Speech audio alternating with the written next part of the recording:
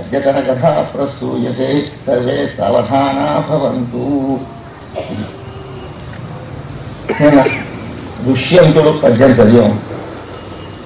ఆ దుష్యంతుడనంత సత్తుడు సమస్తాజాంతమాతంగ మర్యాదాలంకృతమైన భూవలయం ఆత్మాయత్తమై ఉండగా ఆదిత్యంసు సమీర దుర్గమ మహోగ్రారణ్య దేశాళితో ఆదిక్షత్ర చరిత్రవేళ అజితుండై బాహువీర్యంబున అని ప్రారంభించే ముందు పరీక్షిత్ మహారాజు అడిగిన ప్రశ్న ఒకటి మిగిలిపోయింది. ఏమిటండి, పరశురాముల వారు అంతమంది క్షత్రియుల్ని 21 సంచారం చేసి సంహరించడం వాళ్ళు చేసిన తప్పేమిటి, విషయం ఏమిటి? ఇదో ప్రశ్న విషయం.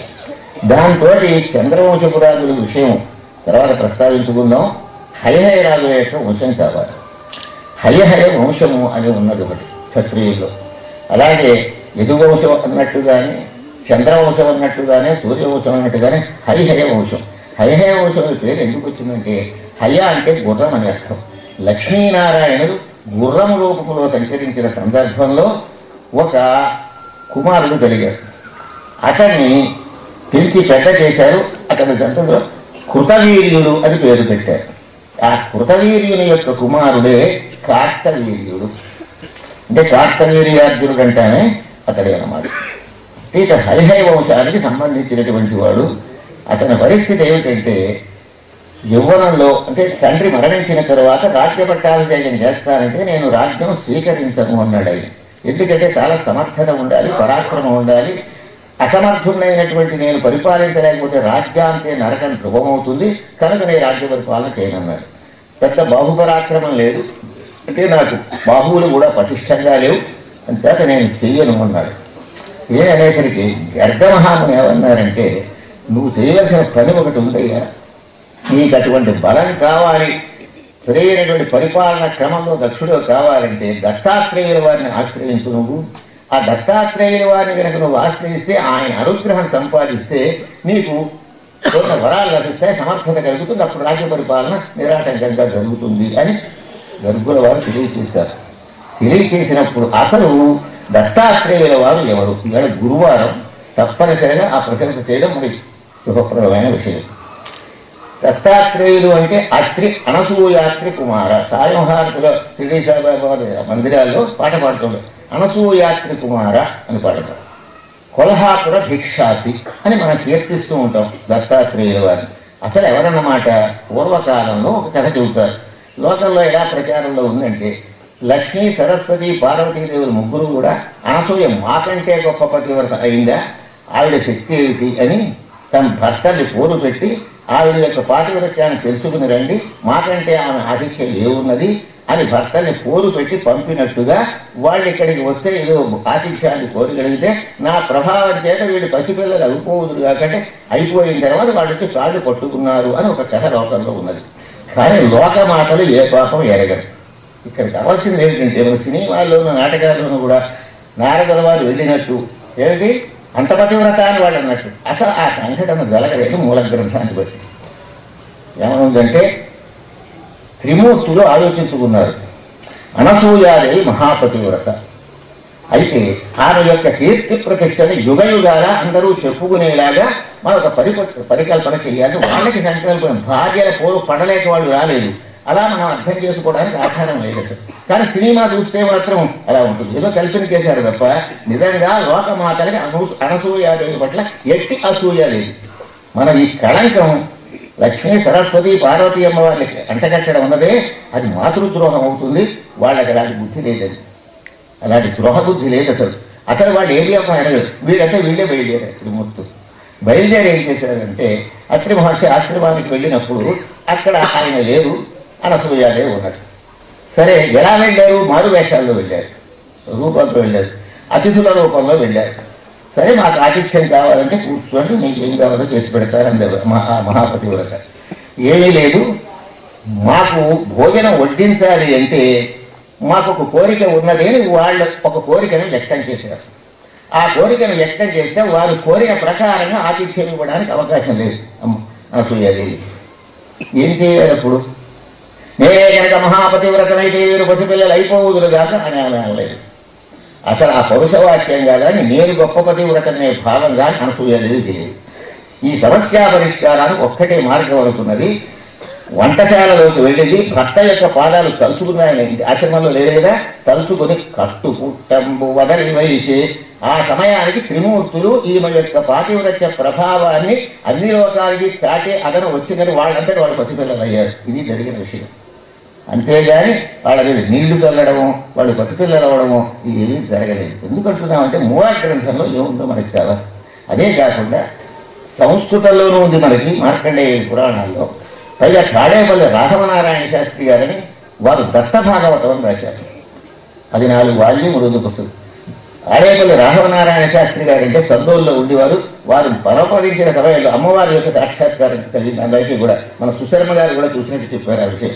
మహాభాగవతోత్తములు తాడేపల్లి రాఘవనారాయణ శాస్త్రి గారు వారు రచించిన కథలో ఈ కల్పన కథ లేదు. అంటే నిజంగా భగవంతుడు మెచ్చిలా రచించినటువంటి మొన్న ఏంటి ఒక 10 సంవత్సరాలు 15 సంవత్సరాల క్రితం వారు వెళ్ళిపోయారు తాడేపల్లి రాఘవనారాయణ శాస్త్రి గారు.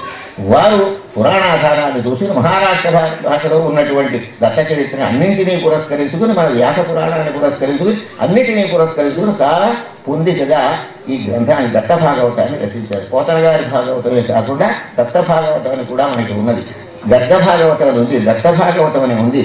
భాగవతాలు కూడా ఈ విధంగా ఎక్కువగా ఉన్నట్టుంది. అప్పుడు జరిగింది ఏమిటంటే వాళ్ళంతటి వాళ్ళు పసిపిల్లలయ్యారు. ఎందుచేత ఇలాగా అనసూయాదేవి అట్టి పరిస్థితిలో కూడా ఆతిథ్యం ఇవ్వాలంటే కంగారు పడకుండా భర్త పాదానికి నమస్కరించి సమస్యా పరిష్కారం అవ్వాలని భర్త యొక్క పాదారవిందమైన అచంచలమైన భక్తి ప్రపత్తులు కలిగింది కనుక మనమే రూపాలు మార్చుకోవాలనుకున్నారు. ఇలా అనుకుంటే అనసూయాదేవి యొక్క పాతివ్రత్యాలు యుగ యుగాల చెప్పుకోవాలని త్రిమూర్తుల యొక్క సత్య సంకల్పం. సరే, వారు పసిపిల్లలయ్యారు. వారు కోరినట్టుగా స్తన్యం ఇచ్చేసింది. ఇచ్చేసిన తర్వాత ఈ పసిపిల్లల పరిస్థితి రావడానికి అత్రి మహర్షి వారు వచ్చారు. లోకమాతలు కంగారు పడ్డారు. అప్పుడు ఇదేమిటి మనం ఏం తప్పు చేశాం, మనం వాడు పసిపిల్లలయ్యారని వాళ్ళకి తెలిసింది. ఏదైనా తప్పు మనలో ఉంటే ఎరగని తప్పు ఉంటే క్షమించమని ఏమన్నారే, క్షమింపంగవే పతి దీక్షం పెట్టవే మా మనోహరులను తొలిటి రీతి మా కొసగవేయంతు రమా భారతీ గిరిజల్ పాదములంటి ఏసతిని సంప్రార్థించి ప్రాణేశులర్వరగంగల్గిరు ఆచిరంటి చరణంబులు మాకు సంపూజ్యము అన్నారు. వారు కంగారు పడి వచ్చారు. వాళ్ళ ప్రేరణతో భర్తలు వెళ్ళలేదు. ఏమిటి ఇలా జరగడం ఏమిటో వెళితే అప్పుడు ఏం జరిగింది అంటే తన పాతివ్రత్యాన్ని పణంగా పెట్టలేదు. నమస్కారం చేసింది ఆ త్రిమూర్తులకి. వారు మామూలు పసిపిల్లలు కాదు, త్రిమూర్తులు కరుణించవలసింది అంటే వారంతట వారు నిజస్వరూపాలు ధరించారు. ధరించిన తరువాత అందులో 3 ఉన్నారు కదా, బ్రహ్మగారి అంశతో, తరువాత మహేశ్వరుని అంశతో, మహావిష్ణువు గారు అంశతో. అయితే ఆ వెంటనే ఆ కుమార్తె అలాగే శాశ్వతంగా ఉండిపోలేదు. ఏం కావాలని త్రిమూర్తులు ఈ దంపతులను అడిగారు. అత్రి మహర్షి అనసూయాదేవి, మీరు మాకు ఔరస పుత్రులుగా అవతరించాలని ప్రార్థిస్తున్నాం. అంటే అనసూయాదేవి గర్భవతి అవ్వాలి, కుమారులు కావాలి. ఆ 3 కుమారులు కూడా అనసూయాత్రి కుమారుడనే పేరు పొందాలని సంకల్పం. అలాగే అన్నారు త్రిమూర్తులు, అంగీకరించారు.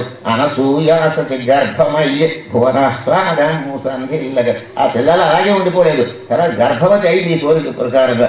అలాగే 3 పిల్లలు కలిగారు. అయితే ఈ ప్రకారంగా వచ్చినప్పుడు బ్రహ్మదేవుని యొక్క అంశ వల్ల పుట్టినటువంటి వాడు చంద్రుడు అని పేరుతో ఉన్నాడు. ఆయన ఈ చంద్రుడు ఎంతమంది ఉన్నారు ఇప్పుడు చర్చించిన సమయం కాదు. ఆయన పేరు చంద్రుడు. మరి మహేశ్వరుని యొక్క అంశతో అవతరించిన వాడు అంబరీషోపాఖ్యానంలో వచ్చినటువంటి దూర్వాస మహర్షి. మహావిష్ణువు యొక్క ఔషధం వచ్చిన వారు దత్తాత్రేయుడు. అయితే దత్తాత్రేయుడికి 3 శిరస్సులు ఉన్నట్టు మనకు కనపడుతుంది. వాళ్ళిద్దరూ ఏమన్నారంటే, అటు చంద్రుడు ఇటు దూర్వాస మహర్షి, నువ్వు గురుస్వరూపావతారంగా ఉండాలి, చేత అందరినీ కూడా జ్ఞానులుగా చేయాలి. నువ్వు జ్ఞానులుగా చేయాలంటే మా శక్తులను కూడా నేను ఇచ్చేస్తున్నామన్నారు వాళ్ళిద్దరూ. అందుచేత 3 శిరస్సులు ఏర్పడినట్టుగా మనకి పురాణాల్లో చెప్పబడి ఉంటుంది. అటువంటి దత్తాత్రేయులు వారు ఎలా ఉంటారు అంటే 4 కుక్కల్ని పెట్టుకుంటాడు, ఏదో మద్యం త్రాగుతూ ఉన్నట్టు కనపడతారు. ఆ వికృత లక్షణాలు చూస్తే ఎవరు దరిచారని మానేశారు. ఏమిటి అన్నది ఎవరైనా వెళ్ళి మాకు ఏదైనా ఉపదేశం చేయమంటే మధ్యాసక్తుడ అంగనారతుడ కర్మ భ్రంశనోత్పాఠనే పురాణంలో పద్యం. మధ్యాసక్తుడ అంగనారతుడ కర్మ భ్రంశనోత్సిష్టుడు అని చెప్పేవాడు. కొంతమంది ఏమిటి ఇంత ఇలా అసహ్యకరంగా ఉన్నాడే దూరంగా వెళ్ళిపోయిన వాడు ఉన్నారు.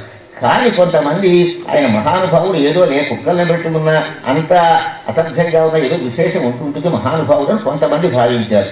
ఇదిలా ఉండగా ఇప్పుడు ఈ కార్తవీర్యార్జునుడు చెప్పుకున్న కృతవీర్యుని యొక్క కుమారుడైన కార్తవీర్యుడు అతడు గర్గ మహర్షి యొక్క ప్రోత్సాహం చేత ఏం చేశాడంటే దత్తాత్రేయుల వారి దగ్గరికి వచ్చాడు. ఎందుకయ్యా వచ్చావన్నారు. నీ శుశ్రూష చేసుకోవాలని వచ్చారన్నారు. అంటే గురుస్వరూప అవతారం అది. అంటే గురువుగా అనేక విషయాలు ఆయన వల్ల నేర్చుకోవాలని వచ్చారన్నాడు. నా దగ్గరే నేర్చుకుంటావే కాంతాసక్తుడ మద్యపానరతుడని అన్నాడు. అదే మాట. నేను నాకు స్త్రీ ఉంది ఇక్కడ, వాయు వరసలేదు ఈయనకు, పైగా మద్యం తాగుతూ ఉంటాను, ఇక కుక్కలున్నాయి, ఇది ఏ సత్కర్మ లేదు, నేను నీ గురువునేమిటి అన్నాడు. కానీ గర్గుల వారు చెప్పిన వాక్యం మీద ప్రమాణం నుంచి అదే పనిగా ఆయన శుశ్రూష చేయడం మొదలుపెట్టాడు కార్తవీర్యుడు. అంత మాట అన్నాగానే వెళ్ళిపోయాడు. చాలా కాలం నిరీక్షించాడు. ఏమిటయ్యా నువ్వు వెళ్ళిపోమంటే వెళ్ళిపోవడం లేదేమిటని ఆయనకు ఉన్నటువంటి బలహీనమైన 2 చేతులని కూడా తన మహిమ చేత ఓడగొట్టేశాడు. 2 చేతులను మొండి చేతులుగా కూడా అయిపోయాడు అన్నమాట. అయినా సరే ఆయన ఎందుకు భక్తి మానలేదు కార్తవీర్యార్జునుడు.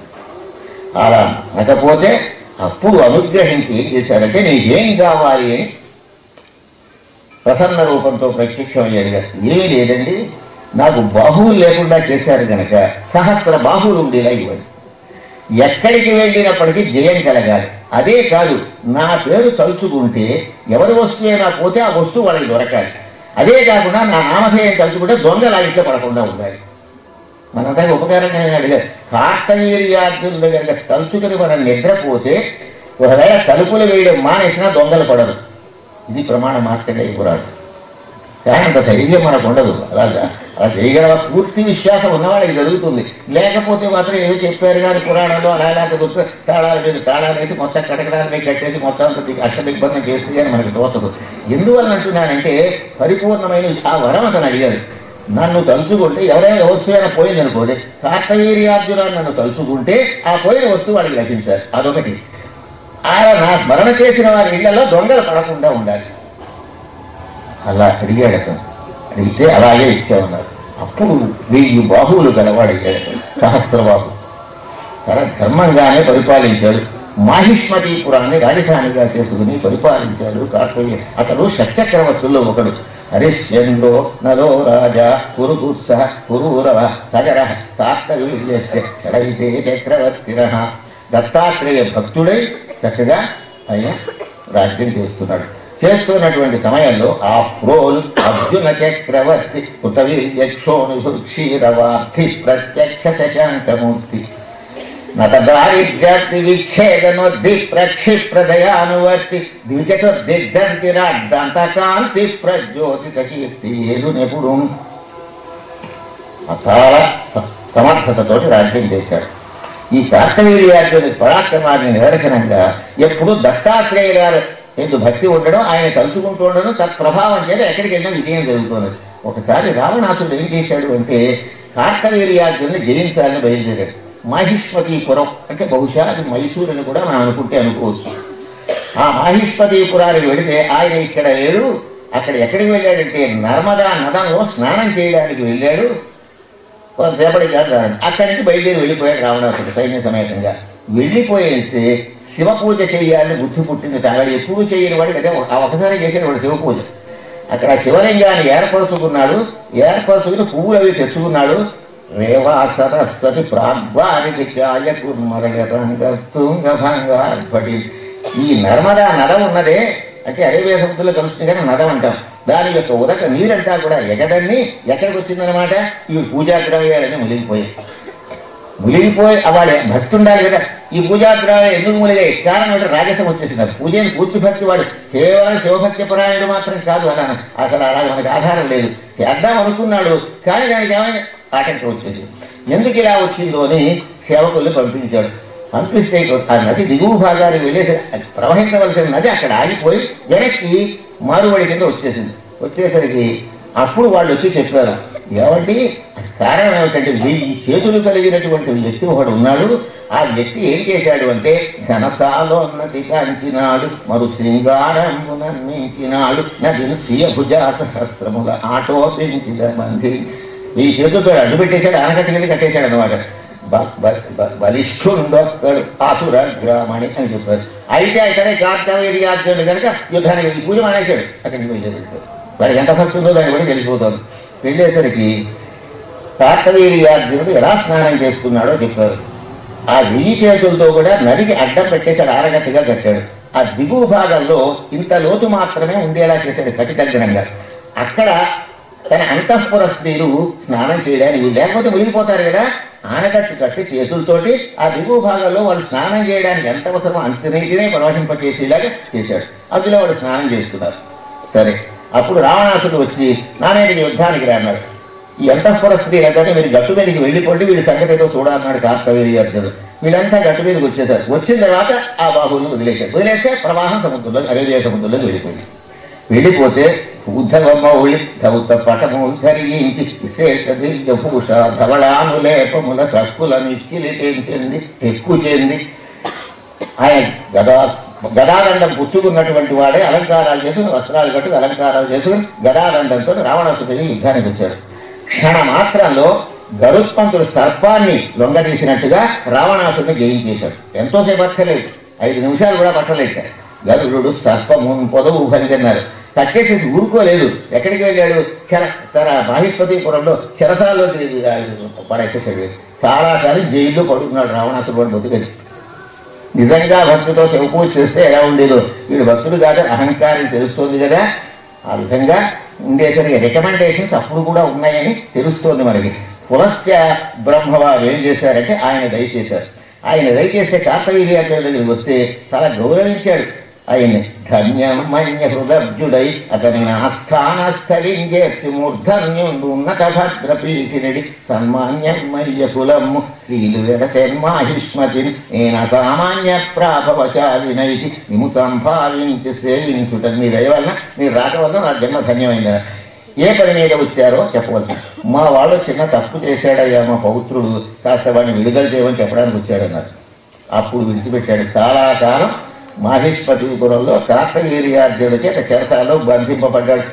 ఇటువంటి వాడు 20 చేతులు ఉన్నాయి, 10 తలలు ఉన్నాయి. ఆయనకి 1000 చేతులున్నాయి. కార్తవీర్యార్జునుడు చాలా ధర్మంగానే పరిపాలన చేశాడు, అందులో ఎట్టి అనుమానము లేదు. కానీ దత్తాత్రేయుల వారు ఏమన్నారంటే, ఏనాడు నా స్మరణను మరిచిపోయి అహంకారం వస్తుందో ఆ వేళ నీకు అపాయం కలుగుతుందని చెప్పాడు. ఇప్పుడు కూడా దత్తాత్రేయుల వారిని స్మరిస్తూనే ఉన్నాడు.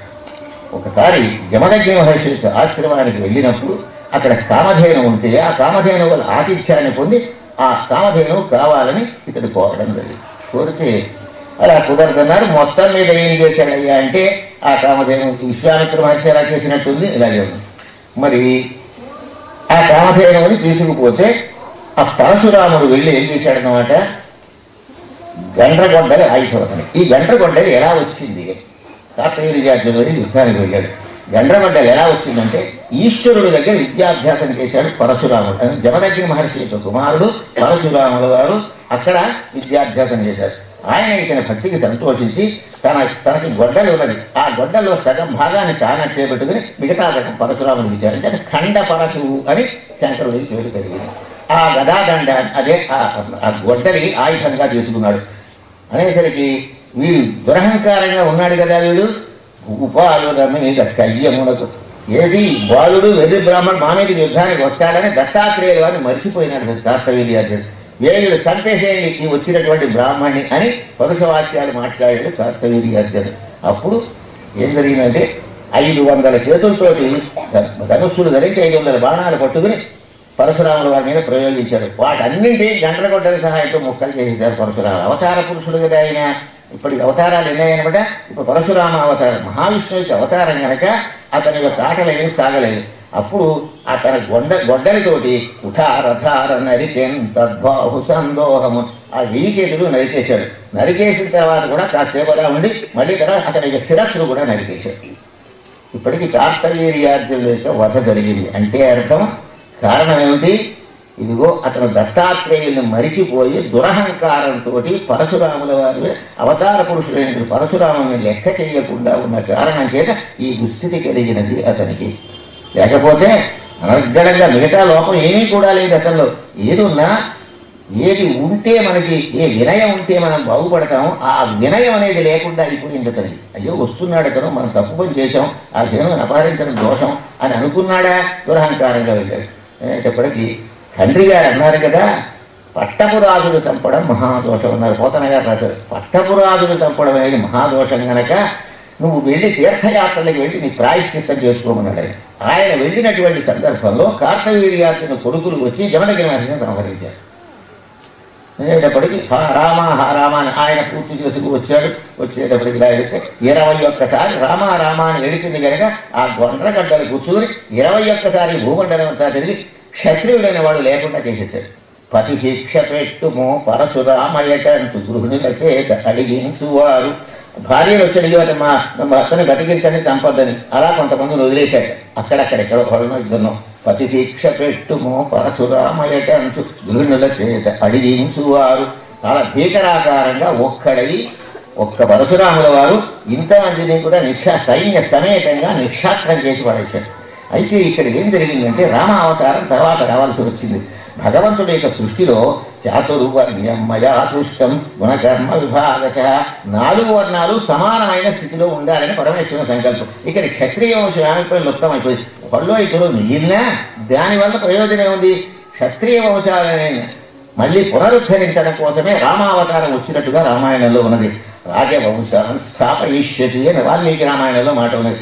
అనగా క్షత్రియ వంశాన్ని పరశురాముడు సంహరించారు కనుక ఇప్పుడు మళ్ళీ ఎలాంటి చెట్లన్నీ నరకేయబడితే మళ్ళీ వనమహోత్సవం చేస్తారో అదే రీతిగా క్షత్రియ వంశాన్ని వృద్ధి చేయాలనేటువంటి భావంతో రామావతారం వచ్చినట్టుగా మనకి ఇది. అంటే భగవంతుడి దృష్టిలో 4 సమంగా ఉన్నాయి. ఇది ఆవేశావతారం గనక మనం పరశురాముని వలె ఉండాలి, గంటగంటలతో అందరినీ నరికేయాలని ప్రయత్నం చేయకూడదు.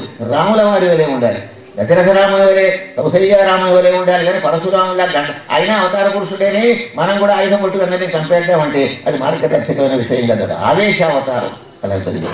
సరే, మొత్తం మీద ఈ విధంగా జరిగింది హైహయరాజుల యొక్క చరిత్రలో జరిగింది. ఇంతకీ ఏమిటి అంటే దత్తాత్రేయుల వారి యొక్క విశేషం ఏమిటో కొంచెం చూద్దాం. ఆయన విద్యాస్వరూపం.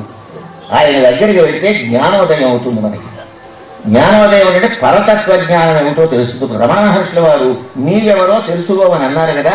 అరక్కుడు అనేటటువంటి ఒక రాజకుమారుడు వెళితే అతనికి ఇబ్బందులు కలిగాయి. ఆ ఇబ్బందులు కలిగిన రాజ్యం అంతా పోయేసరికంటే నాకు ఇబ్బంది కలిగిందని నేను బాధపడుతున్నాడే, నేనేమిటో నువ్వు తెలుసుకున్న తర్వాత అన్నాడు. అదే మాట రమణ మహర్షుల వారు చెప్పారు. అప్పుడు అతను విచారణ చేసి తత్వోపదేశం చేశాక గురుస్వరూప అవతారం. ఆయనే పిఠాపురంలో శ్రీపాద వల్లభుడుగా అవతరించారు. ఆయనే ఒకప్పుడు నరసింహ సరస్వతి అనే పేరుతో, సరస్వతి స్త్రీమూర్తి కాదు పురుషుడే అయిన నరసింహ సరస్వతిగా దత్తాత్రేయ. అయితే దత్తాత్రేయ అవతారం శాశ్వతంగా కొల్హాపురంలో ఉంది. కొల్హాపుర భిక్షాసి మారు రూపంతో వస్తాడు ఆయన. నిజ రూపంతో సాక్షాత్కరించిన అందరికీ ఎవరో బిచ్చగాడు ఎవరో వచ్చినట్టు అనుకుంటారట. కానీ ఆయన మాత్రం ఆ అవతారం అలా ఉండగానే అంశావతారంగా పిఠాపురంలో శ్రీపాద వల్లభులుగా అవతరించారు. శ్రీపాద అనగా మార్గశీర్ష శుద్ధ పౌర్ణమి నాడు దత్త జయంతి అనేటటువంటిది చేస్తుంటారు. పిఠాపురంలో చేస్తారు. నేను కూడా చాలాసార్లు ఉపన్యాసాలు వెళ్ళడం జరిగింది. చాలా వైభవోపేతంగా జరుగుతుంది. అక్కడ దత్తాత్రేయమూర్తి ఊరివేళ కుక్కుటేశ్వర స్వామి దగ్గర ఉండడం ఉంది. ఇక్కడికి శ్రీపాద వల్లభ సంస్థానం అని ఇక్కడ కూడా ఉన్నది. అక్కడ ఆయన శ్రీపాద వల్లభుగా అవతరించినప్పుడు తన సోదరుడు అంగవైకల్యంతో ఉంటే వాళ్ళు అప్రయోజకులు కాబట్టి వాళ్ళందరినీ కూడా మంచి వాళ్ళుగా సరి అయినటువంటి వ్యక్తులుగా తీర్చిదిద్దారు ఆ అవతారంలో. నరసింహ సరస్వతిగా ఉన్నప్పుడు చిత్రాతిచిత్రమైన విషయం ఒకటి జరిగింది. దత్తభాగవతంలో విషయం. ఈవేళ గురువారం కనుక దత్తాత్రేయుల వారి యొక్క ప్రతిభను గురించి చెప్పుకుంటే ఆయన అనుగ్రహం మన మీద ప్రసరిస్తే సర్వాత్మన తత్వజ్ఞానంతో మనం ఉంటాం. అందుకోసం దీని గురించి చెప్పవలసి వచ్చింది. ఏమైందంటే నరసింహ సరస్వతిగా ఉన్నప్పుడు సావిత్రి అని ఒక పతివ్రత శిరోమణి ఉండేది. సతీ సావిత్రి కథ కాదు ఇది. ఈ సావిత్రి వేరు. ఆ సావిత్రి యొక్క భర్త రోగగ్రస్తుడైనాడు. ఇది ఇప్పుడు ఈ నరసింహ సరస్వతి వారి కాలంలో. అయితే తీర్థయాత్రలు చేస్తే అతడు ఏమైనా బ్రతుకుతాడేమో అని పాపం అలాగా శ్రమపడి తీసుకుని వెళ్ళి ఎన్నో ప్రదక్షిణాలు చేసింది, నదుల్లో స్నానం చేయించింది, ఎన్నో పుణ్యకార్యాలు చేసింది. ఒక తోటకి తీసుకు వెళ్ళేసరికి అతడు మరణించాడు. మరణించేసరికి పరిస్థితి ఏమిటి? అప్పుడు అక్కడ వారు అన్నారు కదా, అమ్మాయి నీకు ఈ ఉపద్రవం ఆపద వచ్చింది, దత్తాత్రేయుల వారికి వంశావతారమైన నరసింహ సరస్వతి గారు ఉన్నారు, వారికి నమస్కారం చేసుకో, ఏమైనా ఉపకారం జరుగుతుందేమో అని చెప్పారు. అక్కడికి వెళితే ఆయన పాద నమస్కారం చేసింది. ఎవరు? ఈ సావిత్రి. ఆయన అన్నాడు కదా, అష్టపుత్ర ప్రాప్తి రస్తు అన్నాడు. ఎనమండుగురు కుమారులు నీకు కలుగుదురుగాక. అప్పుడు వాళ్ళు అంతా నవ్వారు. ఏమిటండి, భర్త చచ్చిపోయేవాడికి మీ పాదానికి నమస్కారం చేసుకుని భర్త శివంతో సహగమనం చేయాలని అవి విడుతుంటే ఎనమండుగురు కుమారులు కావాలని జీవిస్తారేమో అర్థం ఉంది అని అడిగారు అక్కడ వాళ్ళు. ఇప్పుడు ఏమవ్వాలి? మరి మరణించిన అప్పుడు ఏమన్నారో తెలుసునా? అతడు బ్రతుకుతాడన్నారు. ఎలా బతుకుతాడు? ఆయుర్దాయం పూర్తి అయిపోయింది కదా. చిత్రమైన విషయంగా చెప్పాడు అక్కడ. అయితే బాగానే ఉంది. ఇతను ఈ జన్మలోకి ఇంకో జన్మలోకి పెడతాడు కదా, తర్వాత జన్మలోకి. ఆ తర్వాత జన్మలో కొంతకాలం ఆయుర్దాయం ఉంటుంది. ఆ ఆయుర్దాయాన్ని తెచ్చి ఇక్కడ కలుపుతున్నాను మరి. దత్తాత్రేయుల వారి అవతారమైనటువంటి నరసింహ సరస్వతి వారి చేసిన మహోపకారం అన్నమాట. ఇతని రాబోయే జన్మలో ఆయుర్దాయం ఉంటుంది కదా, కొన్నా 50 ఏళ్ళైనా ఉంటుంది కదా, అందులో ఉన్న ఆయుర్దాయాన్ని నేను ఇక్కడ కలుపుతున్నాను అన్నమాట. ఇంకా రాబోయే ఎన్ని జన్మలు ఉన్నాయో వాటిని అయితే ఆ ఆయుర్దాయం అంతా ఇక్కడ కలుపుతాను. 400 సంవత్సరాలు బ్రతికిగా చేస్తాను. అది సమర్థత అంటే అవతారం యొక్క ప్రయోజనం. అప్పుడు అలా అనేసరికి ఇతను జీవించాడు.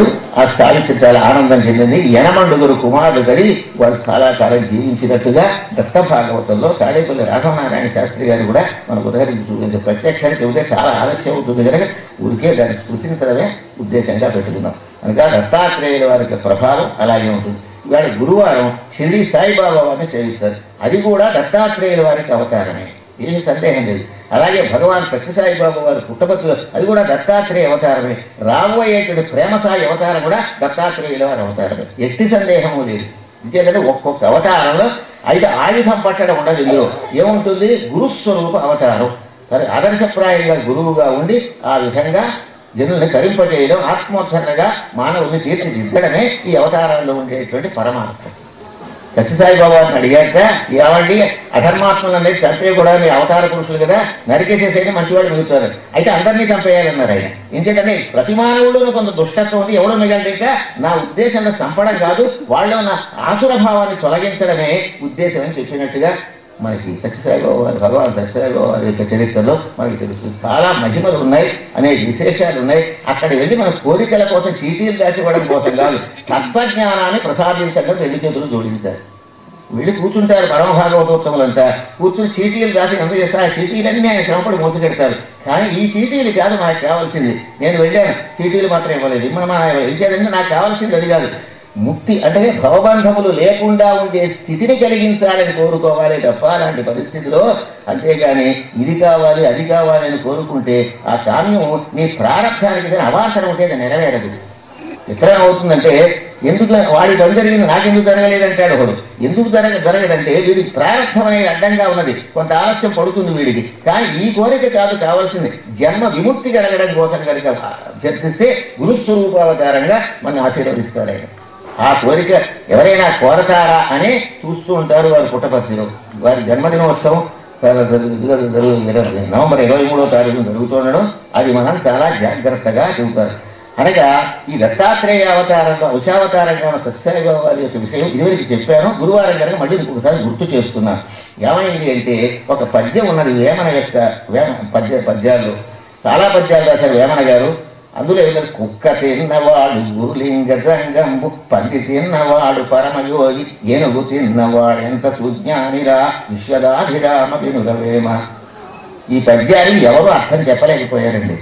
రాళ్లపల్ల అనంతకృష్ణ శర్మ గారిని వేమన మీద పరిశోధన చేసి దీని అర్థం ఏమిటో అంతుపట్టడా లేదని క్వశ్చన్ మార్క్ వేశాడు. బ్రౌన్ ధర వేమన పద్యాలని చాలా కృషి చేశాడు, ఇంగ్లీష్ వాడు అయినా.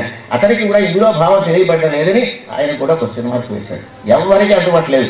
కుక్కను గనక తింటే, కుక్క మాంసం గనక తింటే శివస్వరూపుడు అవుతాట మానవుడు.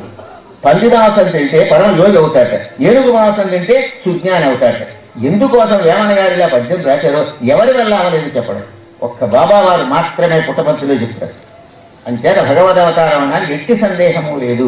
ఎందుకు చెబుతున్నారంటే భేదాభిప్రాయాలు ఉన్నాయి.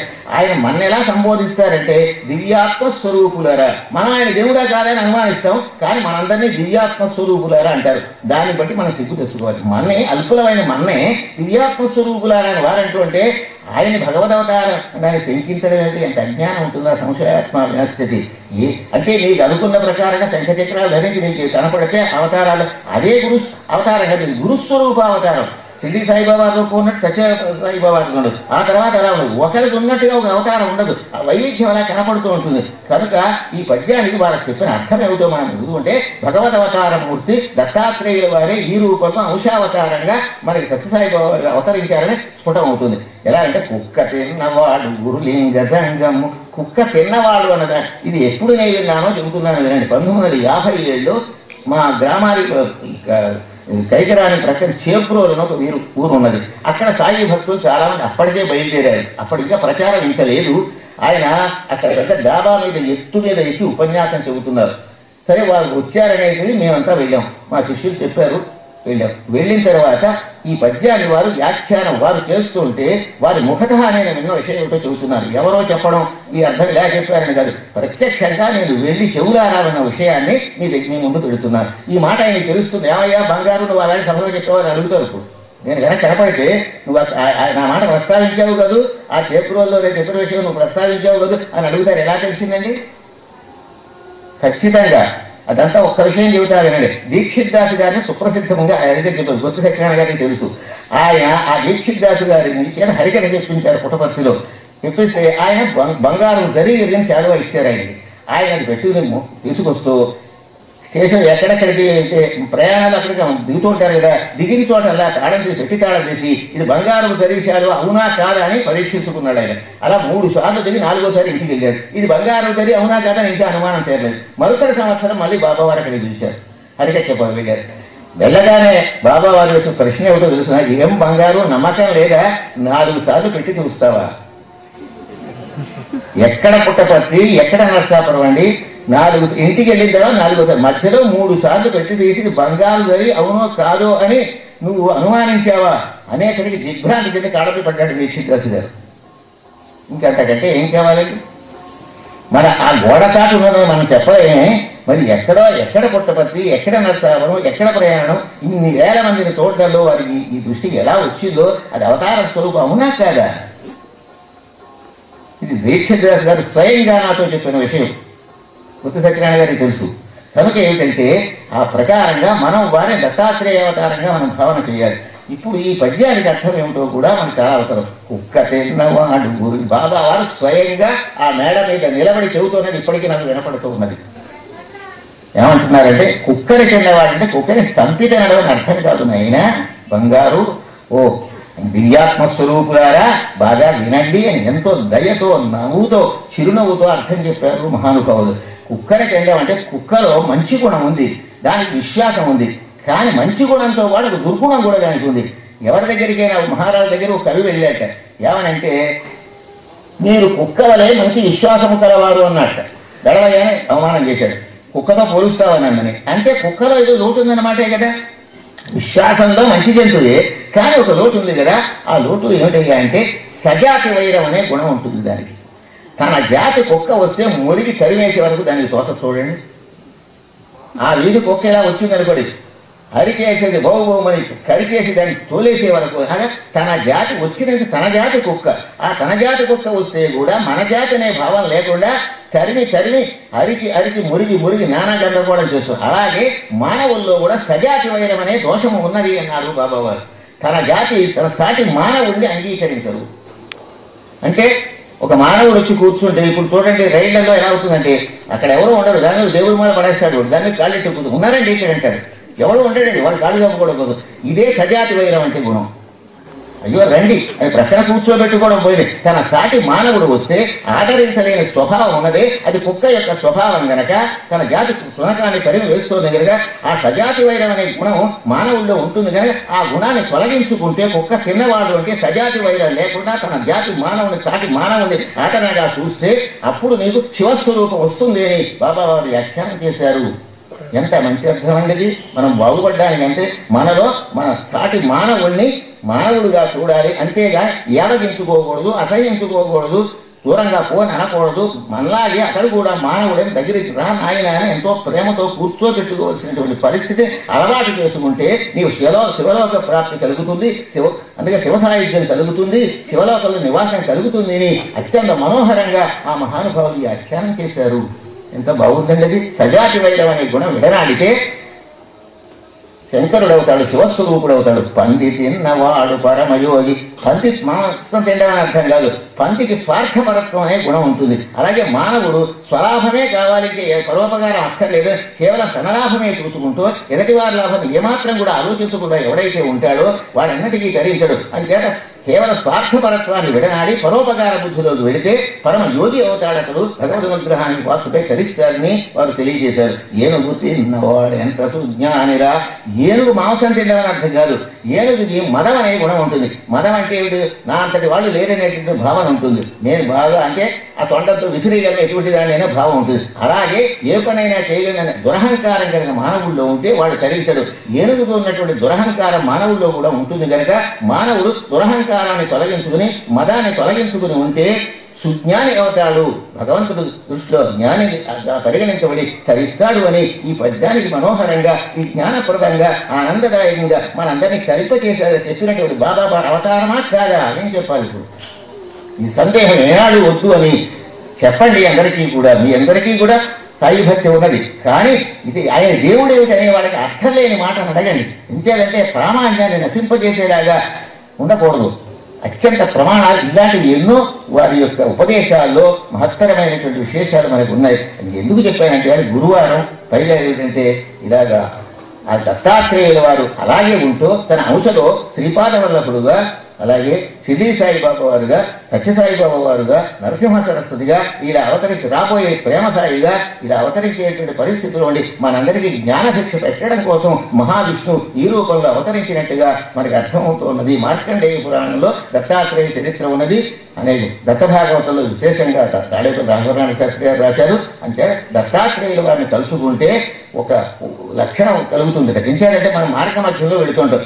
దేవాలయం ఏంట్రా దేవాలయం ఏంటి అని అవహేళన చేసేటప్పుడు ఆ దేవాలయాన్ని దేవుణ్ణి అవహేళన చేసిన పాపం పోపాలంటే దత్తాత్రేయులు అని స్మరించమన్నారు.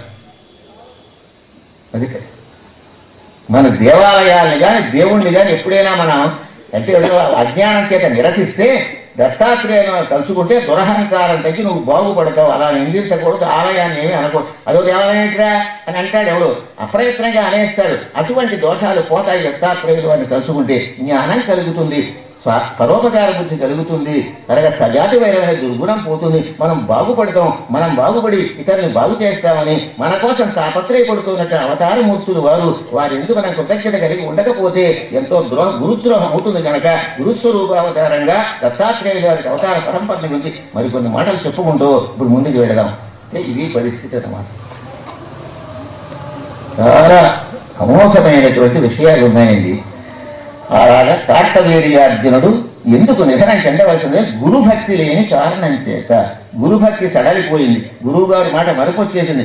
ఏనాడు నన్ను మరిచిపోతావో ఆ వేళ నీకు నిరయం ప్రాప్తిస్తుంది, నీకు మరణం సంప్రాప్తిస్తుందంటే అలా మరిచిపోయినాడు. ఆ పద్ధతిగా మిగతా పరిపాలన అంతా బాగా ఉన్న గురుభక్తిని మరిచిపోతే, ఎంత గొప్పవాడైనా గురుభక్తిని మరిచిపోతే అనర్థానికి దారి తెలుస్తుంది అని ఉదాహరణగా కార్తవీర్యార్జునుడి జీవితాన్ని మనం గుర్తించుకోవాలి. అంచేత పరశురాముల వారు ఇలా చేశారు. ఆ జమదగ్ని మహర్షి ఆయన సప్త మహర్షి లోకంలో వెళ్ళి ఇప్పటికి కూడా పరశురాముల వారు ఉన్నారు. ద్రోణాచార్యుల వారికి ధనుర్ విద్య చెప్తారు. పరశురామ అవతారం ఉన్నది. ఇప్పటికి రామావతారం మనకి కనిపించదు కానీ పరశురామావతారం అశ్వత్థామ బలి యాతో హనుమానస్య విభీషణ రూప పరశురామస్య మార్కండేయుల వారి విషయం నవమస్కంధంలో ప్రస్తావించబడలేదు. ఇది ఏకాదశి ద్వాదశ స్కంధాల్లో ఉన్నది. కానీ మీకు వచ్చిన కరపత్రాల్లో మార్కండేయ అనే పదం ఉన్నది.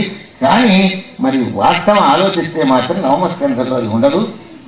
ఏకాదశి ద్వాదశ స్కంధాలు చెప్పేవారి భాగంగా దాన్ని నేను విడిచిపెట్టడం కోసం ఏమి అనుకోవద్దని అందరినీ ప్రార్థిస్తున్నాను.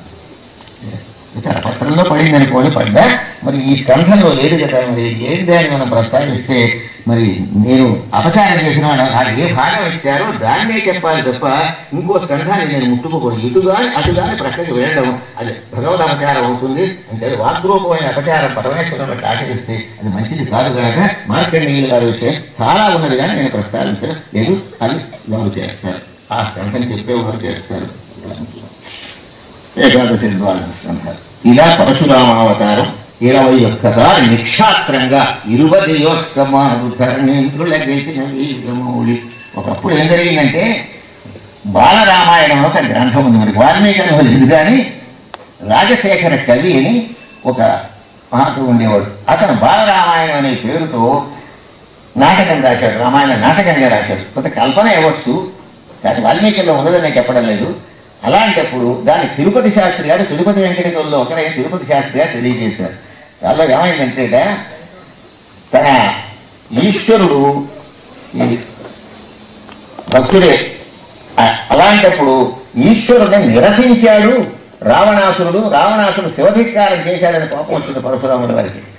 యుద్ధానికి వెళ్ళి ఆ గడ్డమండలు కూర్చుని రావణాసురుడు నరికేద్దామని సిద్ధమైనాడు.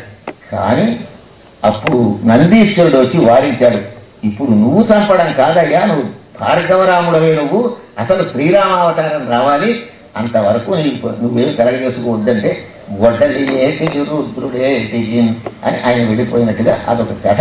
కల్పితమే కావచ్చు, దాని గురికే చమత్కారంగా మాత్రం ఉన్నది.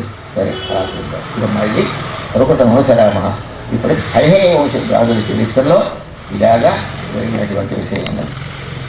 అలాంటి పరిస్థితిలో ఆ దుష్యంతుడు అనంత సత్తుడు సమస్తాశాంత మాతంగ మర్యాదాలంకృతమైన భూవలయము ఆత్మాయత్తమయ్యుండగా ఆదిత్యంసు సమేత దుర్గమ మహోగ్రారణ్య దేశాలితో ఆది క్షత్ర చరిత్ర నేలే అడితుండై బాహువీర్యంబునన్. మహాపరాక్రమశాలి దుష్యంతుడు.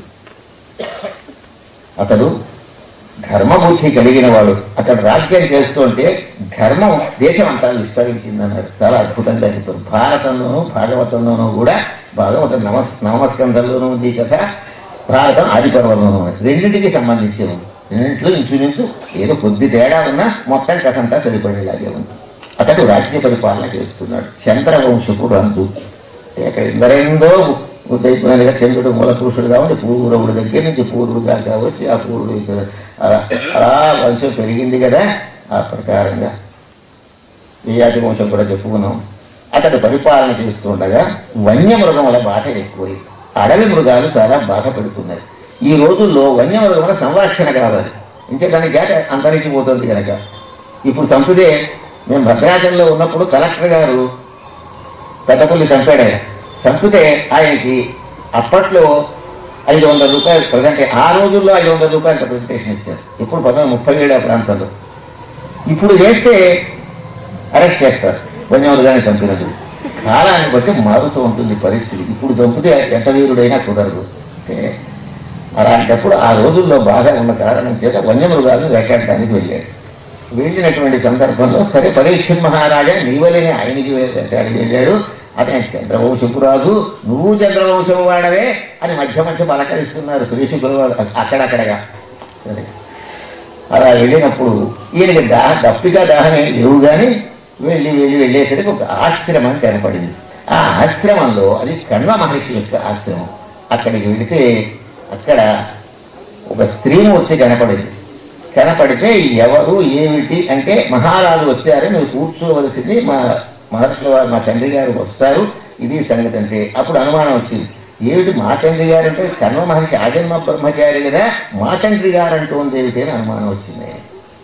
అసంశయం క్షత్ర పరిగ్రహ క్షమ యదార్యమస్యామభిలాషిమే మన తమది సందేహ పదేషు వస్తుషు ప్రమాణమాంతఃకరణ. అభిజ్ఞాన శాకుంతల నాటకం రాశాడు మహాకవి కాళిదాసు. రఘువంశం రాసిన ఆయనే ఇది కూడా రాశాడు.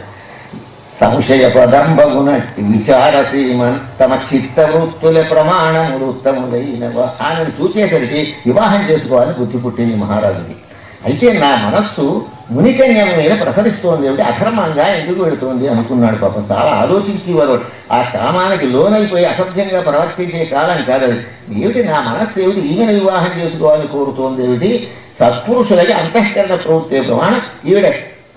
అంటే మునికన్యక అంటే కణ్వ మహర్షి అంటే బ్రాహ్మణుల యొక్క కుమార్తె అయ్యి ఉండదు, క్షత్రియుని యొక్క కుమార్తె అయ్యి ఉంటుంది, లేకపోతే నాకు ఈ బుద్ధి పుట్టదు అనుకున్నాడు. అంటే అంతరాత్మ పరిశుద్ధంగా ఉన్న వాళ్ళకి యథార్థ విషయం తెలియబడుతుంది. అంతరాత్మలో కామక్రోధ లోభమోహ మతమాత్సర్యాలు ఎవరికైతే ఉండవో వాళ్ళకి అంతఃప్రబోధంగా పరమేశ్వరుడే తెలియజేస్తాడు. ఈమె క్షత్రియ కన్యకే అని మనస్సుకి అనిపించిన వాడు భగవంతుడు. అది విశేషం. అది అంతరాత్మ రూపంలో కూడా భగవంతుడు ఉంటాడు. సరే, విషయం అంతా తెలుసుకుంటే మేనక విశ్వామిత్రుడు క్షత్రియుడు కదా, వారి యొక్క దాంపత్యం అతని యొక్క తపస్సు భంగం చేయడం కోసం దేవేంద్రుడు మరి ఈయన మేనకని పంపించడం తద్రీత్యా మరి ఈమె కలిగింది. అంటే ఈ శకుంతల అనేటటువంటి కుమార్తె కలిగింది. ఏం చేశారయ్యా అంటే మేనకా విశ్వామిత్రులు ఎవరి దాన్ని వాళ్ళు వెళ్ళిపోతూ ఆ శిశువును ఒక రోడ్డు పెట్టి వెళ్ళిపోయినారు. ఇది ఎంత దారుణము అని అంటున్నారు ఈ కాలంలో. ఏటయ్యా పెనలా మారేశారా, ఏటయ్యా మీ భారతం, విశ్వామిత్ర మహర్షి మేనక వాళ్ళ సంగతి వాళ్ళు చూసుకున్నారా, ఏటయ్యా అదే మారేశారట, ఏటయ్యా మీ భారతం అని అడుగుతున్నారు, ఎగతాళిగా అడుగుతున్నారు. ఏం చేయాలి మన నోరు మూసుకులు కూడా నిన్న ప్రతిరోజు వస్తుంది ప్రశ్న, ఈ నోరు మూసుకులు కూడా. ఒక్కసారి భారతం చూడరా అని అడగండి వాడి. భారతంలో ఏముందో చూసుకోమనండి. ఏముంది అక్కడ? ఆ విశ్వామిత్ర మహర్షి వెళ్ళిపోతూ తన తపశ్శక్తిని ప్రవేశపెట్టి వెళ్ళాడు. ఆయన యొక్క తపశ్శక్తి కారణంగా ఆ మహాముని ప్రభావమున పక్షులు వచ్చి ఆమెకు పాలు తేనె అందించాయి. మహాముని నన్నయ్య గారు కూడా రాశారు, మహాముని ప్రభావమున ఎక్కడైనా ఒక శిశువుని అలా పాడేస్తే కాకులు గ్రద్దలు పక్షులు చంపేసి పీకు తింటాయి. అంతేగాని అలా చేయలేదు. ఆ పక్షులు ఆహారం పెట్టి, ఎందువల్ల విశ్వామిత్రుడే తన అక్కడ లేకపోయినా తన తపశ్శక్తిని ప్రవేశపెట్టి వెళ్ళాడు. ఈ వదిలేసి పారేసే వాళ్ళు తపశ్శక్తి ఉండదు వీళ్ళకి అంటే వీళ్ళు అలాగే అనుకుంటున్నారు. ఏమిటయ్యా నీ విశ్వామిత్రుడు ఏమిటని అడుగుతున్నారు. ఈ భారతం చూసుకోమనండి ఒకసారి. అసలు ప్రతి అక్షరం చూసుకోకుండా ఎక్కిరించవద్దు అని చెప్పవలసిన బాధ్యత ఆర్షధర్మ ప్రచారం మీద చాలా ఉన్నది. ఇంకా ప్రమాణం చెడగొట్టేస్తే మొత్తం అసలు భారతం మీద కానీ లేకపోతే భగవత్ మీద గౌరవమే లేకపోతే మనుష్యులంతా కూడా నరకవాసులు అవడానికి అవకాశం ఉంది. కనుక ఆ మహాముని ప్రభావం ఆయన తపశ్శక్తిని ప్రవేశపెడితే ఆ తపశ్శక్తి వల్ల పక్షులు వచ్చి తేనెని ఆ శిశువుకు కావలసిన ఆహారాన్ని అందిస్తే ఆ బాలిక పెరుగుతున్న సమయంలో కణ్వ మహర్షుల వారు ఇది చూశాడు. శకుంతముల చేత పక్షుల చేత పోషింపబడినది గనుక శకుంతల అని పేరు పెట్టాడు. సామాన్యంగా ఎవరో అలా పోషింపబడిన చరిత్ర మరొకటి ఇది కూడా కనపడడం లేదు. పక్షులు పీక్కు తినేస్తాయి కదా, అలా కాకుండా ఎలా అయింది? పక్షుల చేత పోషింపబడినది కాబట్టి శకుంతములు అంటే పక్షులు, శకుంతముల చేత పోషింపబడినది కనుక శకుంతల అన్న పేరు పెట్టాడు. అది విశ్వామిత్ర మహర్షి యొక్క తపస్సు యొక్క ప్రభావం. అలాగే నిర్దాక్షిణ్యంగా కానీ అతను పారేసి వెళ్ళిపోయిన వారు కాదు వాళ్ళు. చాలా జాగ్రత్తగా మహామునీశ్వరుల యొక్క చర్యల్ని వాళ్ళ మహిమల్ని అర్థం చేసుకోకుండా విపరీత వ్యాఖ్యానాలు చేయడం తగదు. విపరీత వ్యాఖ్యానాలు వింటే మనం ఊరుకోవాల్సిన పని లేదు. సరైన సమాధానం కూడా ఈ రకంగా చెప్పాలి. సరే, అలా నేను పెరిగాను, ఇది సంగతి అని అనేసరికి ఈమె క్షత్రియ కన్యకి కదా అని అవగాహన చేసుకున్నాడు దుష్యంత మహారాజు. స్వామి నాకు భార్యవే, నాకు భార్య అయిపో, నీకు ఇక్కడ ఉండడం ఎందుకు, నేను అంతఃపురాల్లో ఉండవలసిందాను అన్నాడు. గాంధర్వ వివాహ విధిని వివాహం చేస్తున్నాడు. గాంధర్వ వివాహ విధి అంటే అది క్షత్రియులకు మాత్రమే పరిమితం. రాక్షస వివాహం, గాంధర్వ వివాహం దేశాన్ని పరిపాలించే రాజులకే పరిమితం. కానీ ఒక బ్రాహ్మణుడు వెళ్ళి నేను గాంధర్వ వివాహం చేసుకుంటాను, రాక్షస వివాహం చేసుకుంటాననే శాస్త్రం ఒప్పదు. ఎవరికి అధికారం లేదు. బ్రాహ్మణైనా సరే వీడు నేను వెళ్ళి గాంధర్వ వివాహంగా ప్రేమించి చేసుకున్నానంటే అశాస్త్రీయం అవుతుంది, పాపాత్ముడు అవుతాడు. దేశాన్ని పరిపాలించే క్షత్రియుడికి మాత్రమే అది ధర్మం, ధర్మశాస్త్రం ఉందన్నమాట. కనుక గాంధర్వ వివాహ విధి చేసుకున్నాడు. కృష్ణ పరమాత్మ రాక్షస వివాహ విధిలో రుక్మిణీదేవిని తీసుకుని వెళ్ళాడు. అంటే రాక్షసులు చేసుకుని వెళ్ళాడు కాదు, శత్రువుల్ని జయించి ఆమెను తీసుకుని వెళ్ళాడు. ఆ పేరు రాక్షస వివాహం. ఇక గాంధర్వ వివాహం ఆయన కూడా క్షత్రియుడు గనక, యదువంశంలో పుట్టిన క్షత్రియుడు గనక ఆయన రుక్మిణీదేవి రాక్షస వివాహం చేసుకోవడం శాస్త్రీయమైంది. ఇక్కడ దుష్యంత మహారాజు క్షత్రియుడు కనుక, దేశాన్ని పరిపాలించేటువంటి రాజు గనక శకుంతల వివాహం చేసుకోవడం శాస్త్రం అంగీకరించింది. అశాస్త్రీయంగా మహారాజు ప్రవర్తించలేదు.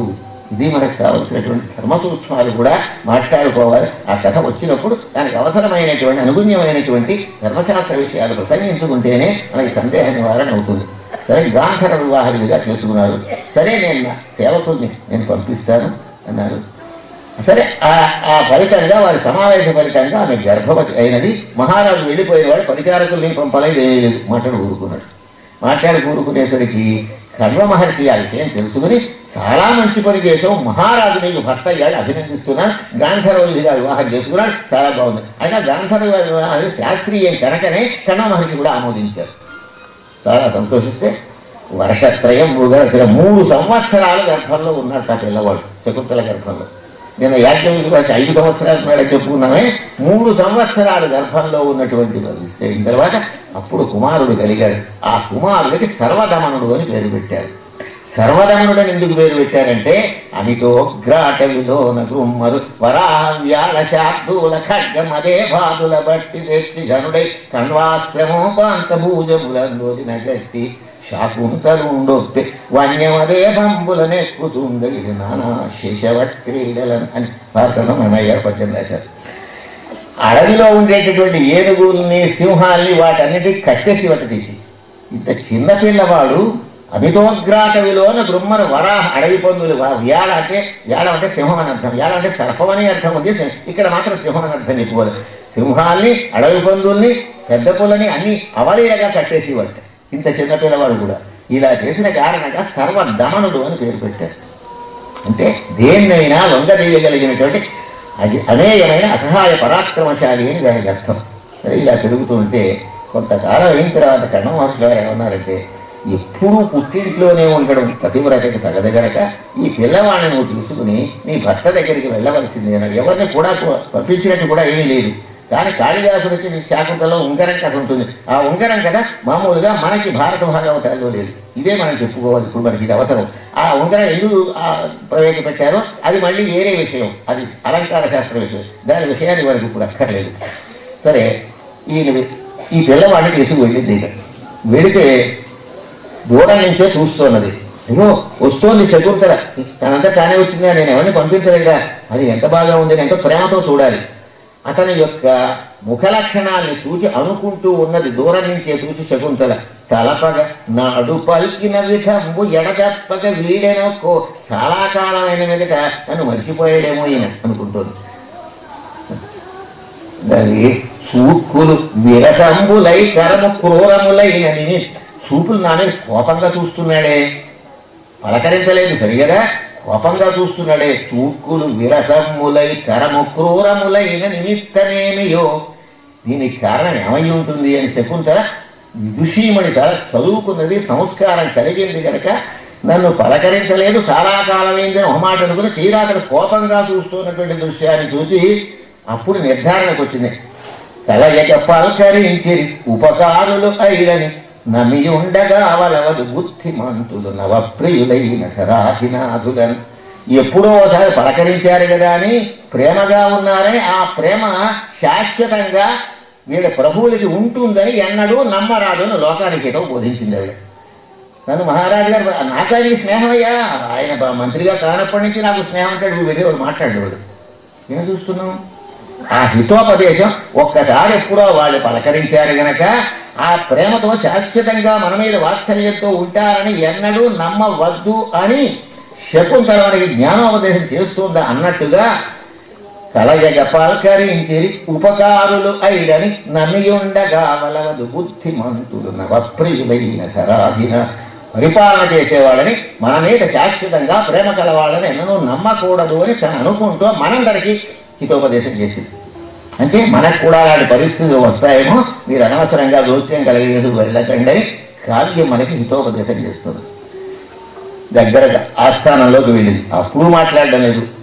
బాలార్కతేజుడదు, చూడు ఈ పిల్లవాడిని కుమారుడయ్యా, కణ్వాశ్రమ సంభావిత సమయ, కణ్వాశ్రమంలో నాకు వరం ఇచ్చావు మహానుభావ. ఏమని వరం ఇచ్చావంటే నన్ను గాంధర్వ వివాహం చేసుకునేటప్పుడు నాకు కలిగినటువంటి కుమారుడికి నరనుత నీ ప్రసాదమున నాకు దయించిన నందనున్మహీగురుతర యువరాజ్యమునకు పట్టాభిషేకం చేస్తాను అని చేత ఆ వాగ్దానం ప్రకారంగా ఈ పిల్లవాడికి యువరాజ్య పట్టాభిషేకం చెయ్యవలసింది అని ధర్మంగా మాట్లాడింది.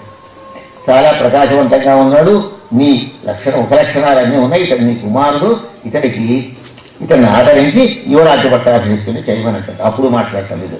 మాట్లాడ కొంతసేపటికి ఏమన్నాడు, ఈ నిరుగా నిన్ను నువ్వెవరో నాకు తెలియకపోన్నాడు. ఇదేమిటి, నువ్వెవరో నాకు తెలియదు, ఎందుండి వచ్చినందులకు వాడి, నువ్వు ఎక్కడి నుంచి వచ్చావో అక్కడికే వెళ్ళిపో.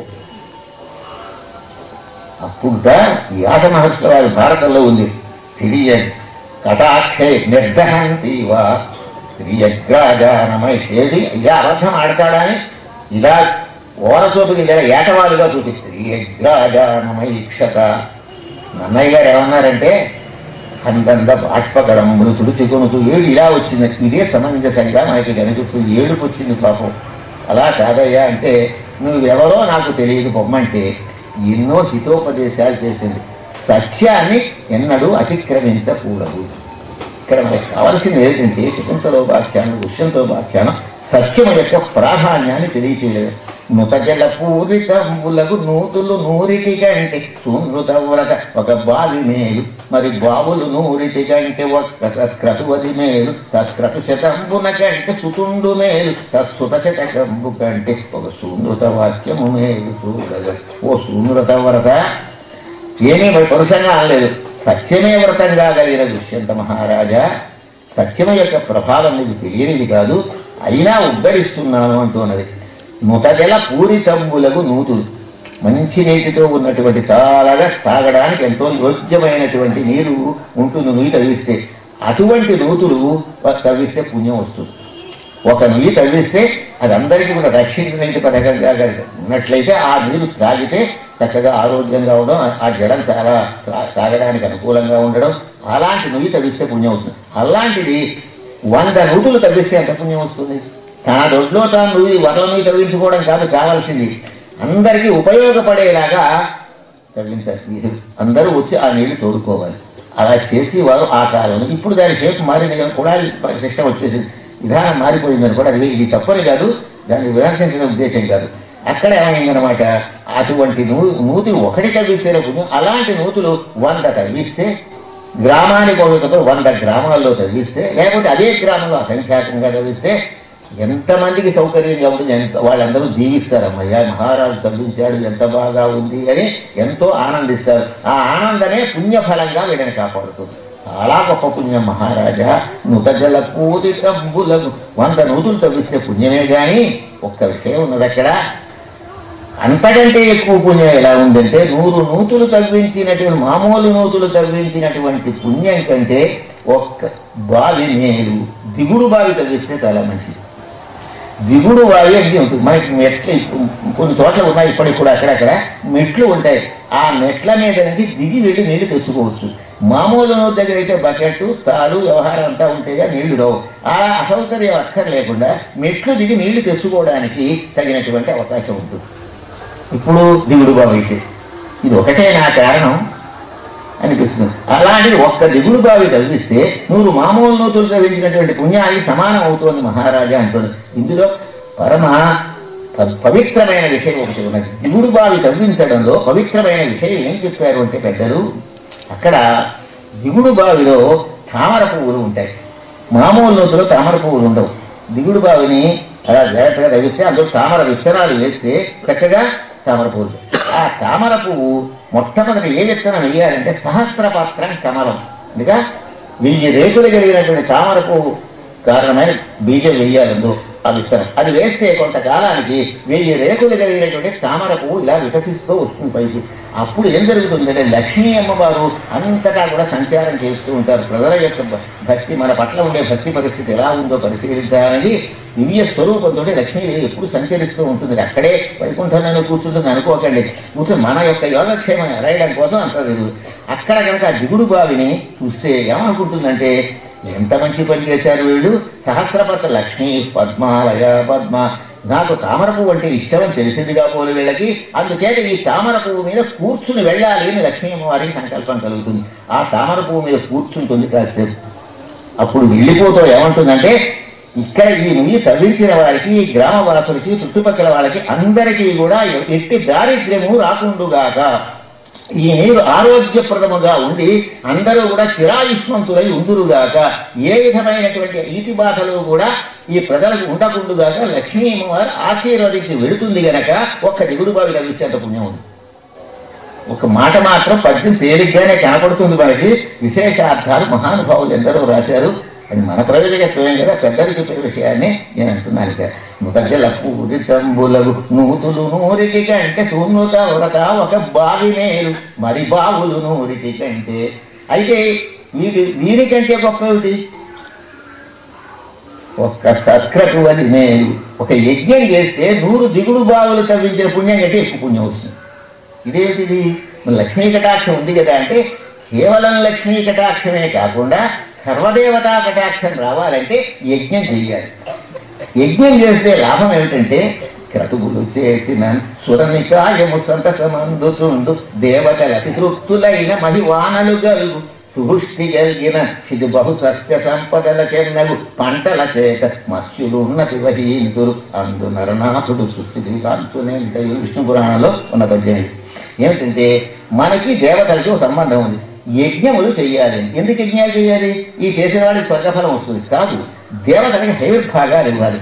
ఎందుకు హవిర్భావాలు ఇవ్వాలంటే దేవతలకి మరణం లేదు. అమృతం త్రాగానికి మరణం ఉండదు, కానీ ముసల్తనం రావడానికి అవకాశం ఉంది. ఒక రాక్షసుడు యజ్ఞాలు జరగకుండా చేశాడు భూలోకంలో, దానివల్ల అమరులు సజరులై దేవతలకు ముసల్తనం వచ్చింది. ఆ ముసలితనం రాకుండా వాళ్ళకి తెలియాలంటే మనం భూలోకాల్లో యజ్ఞం కనుక చేస్తే ఈ యజ్ఞంలో ఉండే హవిర్భాగాన్ని దేవతలకి ఉద్దేశించి హోమం చేస్తే ఇది ఒక టానిక్గా వాళ్ళకి పనిచేసి దేవతలకి ముసలితనం రాకుండా ఉంటుంది. మనకి ముసలితనం రాకుండా టానిక్ ఇచ్చారు, వీళ్ళు యజ్ఞం చేశారు భూలోకవాసులు, వీళ్ళకు ఉపకారం చెయ్యాలని వాయుగుండాలు లేకుండా గాలిదుమారాలు లేకుండా అనావృష్టి లేకుండా సకాలానికి వర్షం అమృతోపమానంగా కురిపిస్తారు వాళ్ళు. అది వాళ్ళకి మనకి ఉన్న సంబంధం. క్రతువులు చేసిన సురనికాయము సంతసమందుచుండు దేవతలకి తృప్తులైన మహివానలు గలుగు సుహృష్టి కలిగిన క్షితి బహు సస్య సంపదల చెన్నది. సువృష్టి కురవాలి. అంత అమృత బీజం పెట్టారు వాడు. అమృతం కనుక దేవతలు పెట్టకుండా ఉంటే నిందలని పులు అయిపోతాయి. చాలా ఉందండి దీనికి. ఆ వర్షాన్ని గురించి పర్జన్యనం వేద అనే మంత్రపుష్పంలో కూడా చెబుతారు. ఆ పర్జన్యుని గురించి చేసినప్పుడు ఆయనకి దయా విశేషం చేత అమృత బిందువు అలా చిలకరిస్తారు వాళ్ళు. దానివల్ల సస్యానుకూలమైన పంటలు ఎన్నో పంటలు పండుతాయి మనకి దేశంలో. కనుక యజ్ఞములు చేయడం వల్ల చాలా లాభం ఉన్నది. ఇక్కడ ప్రజోపకారార్థం అనేటువంటి కేవలం మంచినీళ్ళు తాగడానికో లక్ష్య ధనం రావడానికో దిగుడు బావి తవ్విస్తే పనికొస్తే యజ్ఞం చేయడం వల్ల దేవతలకి అందరికీ సంతోషం కలిగి సకాలానికి వర్షం కురిపిస్తే ప్రపంచంలో అందరి మానవులకి పంటలు అందితే దానివల్ల అనావృష్టి ప్రాంతంగా ప్రకటించనక్కరలేదు. దేశ నాయకులు ఆనందంతో ఉంటారని విష్ణు పురాణంలో వెన్నెలకంటి సువర్ణ గారు తెలియజేశారు. క్రతువులు చేసిన సురనికాయము సంతసమందుచుండు దేవతలకి తృప్తులైన మహివానలు గలుగు సృష్టి కలిగిన క్షితి బహుసస్య సంపదల చెన్నగు పంటల చేత మత్స్యులు ఉన్నతి వహింతురు అందు నరనాథుడు సృష్టి కాంచునే. అందుచేత దిగుడు బావు పొందటవించడం కంటే ఒక యజ్ఞం చేయడం వల్ల ఏమవుతుంది? బహుళార్థ సాధకంగా ఉన్న ఎక్కువ ప్రయోజనం ఉంటుంది కనుక అన్నారు. తత్క్రతుశతంబున కంటే సుతుండుమే. ఈ యజ్ఞములు 100 చేయడం కంటే ఒక కుమారుడు శ్రేష్ఠుడు. ఇది ఏ సంబంధం అవుతుంది? ఈ కుమారుడు అన్నది ఓ సత్కార్యం చేయడం లాంటిదా ఎవరైనా అంటే ఉత్తముడైన కుమారుడు కలిగేటటువంటి రీతిగా జపాలు హోమాలు భగవదారాధనలు చేస్తే కలిగిన సంతానం ఉన్నదే ఉత్తములైన వాళ్ళు పుడతారు. వాళ్ళు పుట్టిన కారణంగా వంశాభివృద్ధి అయి అనేక విధాలుగా లోక కళ్యాణం అవుతుంది. కనుక సంతానం పొందే ముందు దంపతుల యొక్క పని ఏమిటంటే నిష్కల్మషంగా దేవతారాధన చేయాలి. ఏ ఏ తిథుల్లో బ్రహ్మచర్యం పాటించాలో ఆయా తిథుల్లో బ్రహ్మచర్యం పాటించాలి. అమావాస్య పౌర్ణమాస్య అంటే అమావాస్య ముందు వచ్చేటువంటి అష్టమి, పితృతిథి అంటే తన తండ్రి గారి తిథి వచ్చినప్పుడు, సంక్రమణం ప్రతి నెల ఈ 5 రోజుల్లో బ్రహ్మచర్యం పాటించినటువంటి దంపతులు కనుక అయినట్లయితే వాళ్ళకి మంచి సంతానం కలిగితే తల్లిదండ్రుల శ్రద్ధాభక్తులతో చూచేవాళ్ళు అవుతారు. లోకానికి శుభాన్ని కలగజేసే మంచి భావాలతోటి దేశోపయోగకరంగా వాళ్ళు పనిచేస్తారు. పరోపకార పరాయణతో ధర్మాచరణ తత్పరులై ఉంటారు కనుక ధర్మాచరణ తత్పరుడైన ఒక్క కుమారుడు కలిగితే అతని వల్ల అందరికీ సుఖం కలుగుతుంది కనుక యజ్ఞం కంటే కూడా ఆలా కలిగినటువంటి కుమారుడు శ్రేష్ఠుడు అని శకుంతలాదేవి చెబుతూ ఉన్నది. చాలా నియమానుసారంగా దాంపత్య ధర్మాన్ని నిర్వహించాలని మన శాస్త్రాలన్నీ కూడా చెబుతున్నాయి. అందువల్ల తత్సుతశతంబున కంటే శతంబున కంటే సుతుండు మేలు తత్సుతశతకంబు కంటే అలాంటి కుమారులు 100 కంటే 100 రెట్లుగా అంటే అంత శాస్త్రోక్తంగా బ్రహ్మచర్యాది నియమాలు పాటించి భగవదారాధన చేసి గ్రహశాంతులు చేసి అనేక విధాలుగా పుణ్యకార్య ఫలంగా కుమారుల్ని పొందితే వాళ్ళు 100 మంది కుమారుల కంటే అంటే కుమారుల కంటే 100 రెట్లుగా శ్రేష్టమైనది సత్యవాక్కు. నువ్వు నిజం చెప్పావు అంటే అన్నింటికంటే గొప్పది మహారాజా. అన్నింటికంటే ఇప్పుడు పేర్కొనబడినటువంటి నుయ్యి తవ్వించడం కంటే దిగుడు బావులు తవ్వించడం కంటే యజ్ఞం చేయడం కంటే కుమారులు పెరగడం కంటే అన్నింటికంటే ఎక్కువ ఉపయోగకరమైనటువంటి విషయం, లోక కళ్యాణకరమైన విషయం, ఆత్మ కళ్యాణకరమైన విషయం చెప్పేవాడికి, సత్యం చెప్పేవాడికి, వినేవాళ్ళకి అందరికీ కూడా దైవతానుగ్రహాన్ని కలిగించేటువంటి విషయం ఏది అంటే సత్యవాక్యం గనక సత్యం మాట్లాడు మహానుభావాన్ని ధర్మశాస్త్రబద్ధంగా మూలంలో కూడా ఇదే శ్లోకం. వరం క్రతుశతాద్వా వరం ఉపశతాద్వాపి వరం వాపి శతాక్రతు వరం క్రతుశతా పుత్ర సత్యం పుత్ర శతాద్వరం అని చిన్న శ్లోకంలో ఉన్నదాన్ని మనకి ఇలా అందజేశారు మహానుభావులు. మనకి ఆదికవి నన్నయ్య పట్టు గారు ఈ పద్యం చాలా ప్రముఖ స్థానం వహించి ఉండేది. పూర్వ టెక్స్ట్ బుక్స్లో కూడా మా పూర్వాశ్రమంలో పాఠాలు చెప్పే రోజుల్లో కూడా ఈ పద్యం ఉండేది. దాన్ని బట్టి సత్యం అంటే సత్యం పలికే వారుగా ఆ యువతరాన్ని తయారు చేయడానికి అవకాశాలు ఉండడానికి ఉండేది. ఇప్పుడు ఆ పాఠాలు ఎలా ఉంటున్నాయో మేము పెరవణ చేశాం కనుక మాకేం తెలియదు, ఆ విషయంలో అజ్ఞానంగా ఉన్నాం. కనుక ఏమిటి అంటే సత్యము యొక్క ఉత్కృష్టత, సత్యానికి వృతానికి తేడా ఉంది. వాడు సత్యము పలికాడు, ఉచ్యమానో ధర్మ మాట ఈ పని చేస్తానన్నాడు, ఆలోచించుకునే ముందు చెప్పాలి. మనం చేయగలమా లేదా అని ఆలోచించుకుని చెప్పినటువంటి ఆ చెప్పిన మాటకి సత్యం అని పేరు. ఆ చెప్పిన ఆచరిస్తే వృతం అని పేరు. సత్యన్నామ ఉచ్యమానో ధర్మ, ఋతన్నామ అనుష్ఠీయమానో ధర్మ అని ధర్మశాస్త్రంలో రాయబడి ఉన్నది. అనగా ఆలోచించు చెప్పాలి, చెప్పింది ఆచరించాలి. అనగా సత్యాన్ని ఋతాన్ని పాటించకపోతే నా అమృతం ఉపదేశ నరకానికి పోతాడు మానవుడు. అన్నింటికంటే ఘోర నరకానికి తీసుకువెళ్ళేది ఏది అంటే అసత్యం అనృతం. చెప్పి ఆలోచించకుండా చెప్పడం, వాగ్దానం చేయడం, వాగ్దానం ప్రకారం చేయలేకపోవడం, నేను అనలేదనడం, అబద్ధం చెప్పడం, నేను ఎప్పుడన్నానయ్యా అని బుకాయించడం, ఇవన్నీ కూడా ఘోర నరకంబునకేగడి వారి చిహ్నము. కనుక ఇలాంటి విషయాన్ని జ్ఞాపకం చేసింది శకుంతలాదేవి. చూసారా ఎంత మంచి విషయం. సర్వం సత్యే ప్రతిష్ఠిత వేదవాక్యాన్ని పురస్కరించుకుని ఇంతగా మహోపన్యాసం చేస్తున్నది. అంటే కావున సత్యము మిక్కిలిగా విమల ప్రతిపదలకి నువ్వు ఇతనికి యువరాజు పట్టాభిషేకం చేసేయ్యా, నీ పోలికతో ఉన్నాడు ఇతను, నీ కుమారుడే అని ఎన్ని విధాలు చెప్పినా అంగీకరించలేదు దుష్యంత మహారాజు. నాకు కుదరదు. నేను ఎరుగనన్నా ఇందాక అన్నాడు, ఏనట నీవెట సుతుడెట ఏనన్నాడు తొల్లి చూచి ఎరుగను నిన్ను. ఒక మాట చెప్పేశాడు, అతను నీ మొహాన్ని చూడలేదన్నాడు. ఏమిటండి ఆ దుష్యంతుడు అనంత సత్తుడన్నామే, అన్ని విధాలుగా ధర్మాన్ని పరిపాలించాడన్నామే, లోకల్లో అతని కారణంగా ధర్మం అంతా వ్యాప్తమై ఉన్నామే. అటువంటి ఆదర్శ పురుషుడే ఏమంటున్నాడు, ఈ మాట చెబుతున్నాడు. ఎలాగా ఏనెన్నడు తొల్లి చూచి ఎరుగను నిన్ను మానినులు అసత్యవచనలు. స్త్రీలు అబద్ధమాడతారు, మొత్తం అందరినీ అనేసాడు. మానినులు అసత్యవచననుల ఇట్టులు అసత్య భాషణంబు ఉచితంగా. ఇంకేం కావాలండి?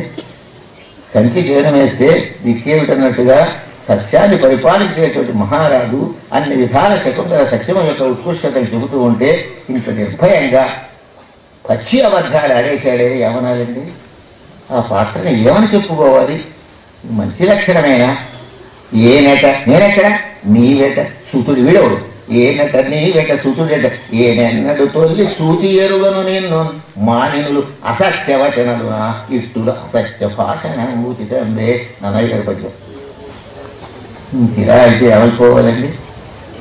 దీనికి మహాకవి కాళిదాసు కథలో ఉంగరం చూపిస్తే అతను నమ్ముతాడని కూడా ఉంగరం ఎక్కడ పడిపోయినట్టు, దూర్వాసు గారి శాపం దానికి కారణమైనట్టు, మొత్తం మీద దొరికిన తర్వాత ఆయన శకుంతలను గుర్తుపట్టినట్టు మనం శకుంతల నాటకంలో చూస్తాం. కానీ వాస్తవంగా జరిగిన కథ నాటకం కల్పించి రాశారు కాళిదాస మహాకవి. ఆ కల్పనకు కూడా చాలా కారణాలు ఉన్నాయి, అవన్నీ ఇప్పుడు అక్కర్లేదు.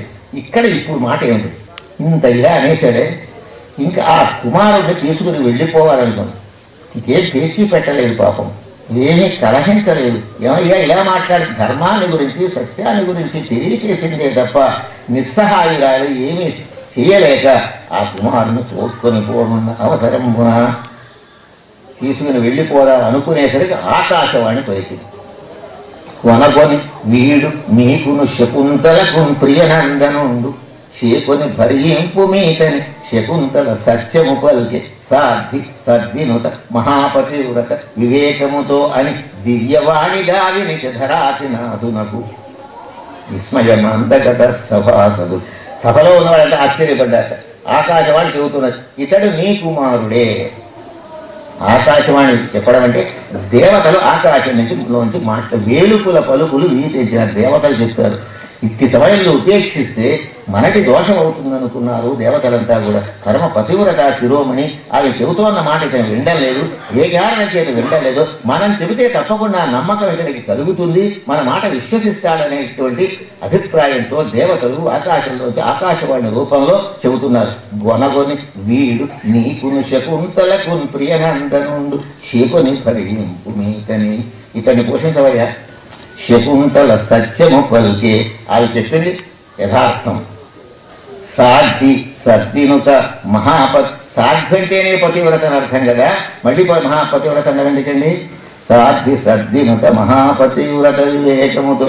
సాధ్వి అంటే సాధుశీలం కలిగినది, ఎటువంటి గడ్డు పరిస్థితి వచ్చినా సహనము కోల్పోకుండా సహన శక్తి కలిగినదని అర్థం. పతివ్రత అంటే పతి సేవయే వ్రతంగా కలిగిందని అర్థం. రెండు సమానార్థకాలు కవు.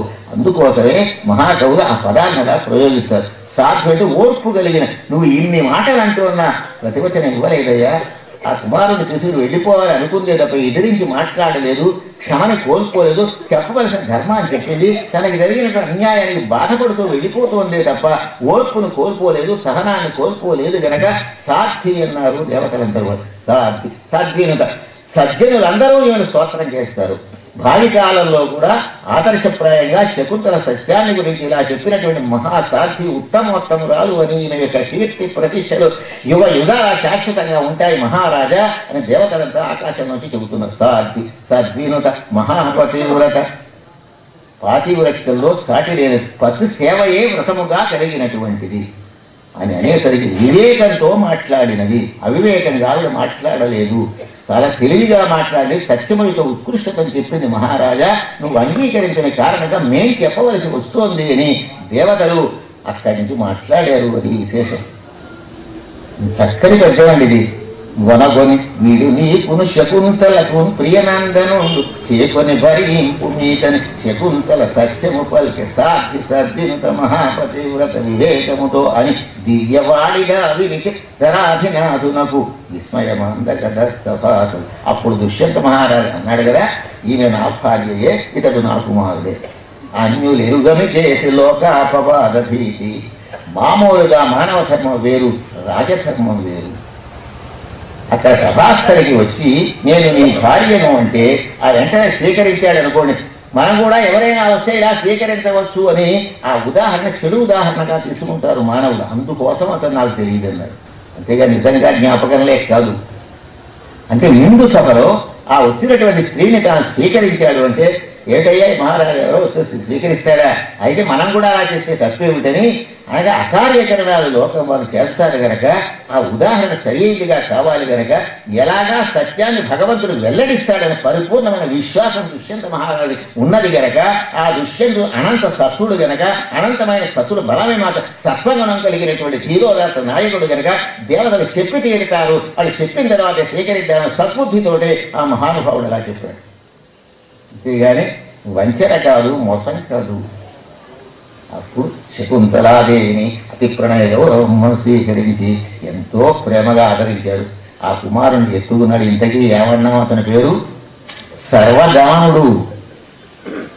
అన్నిటినీ జంతువులన్నింటినీ అదుపులో పెట్టినవాడు అన్నాం కదా, కానీ భరతుడని పేరు కూడా అతనికి ఉన్నది.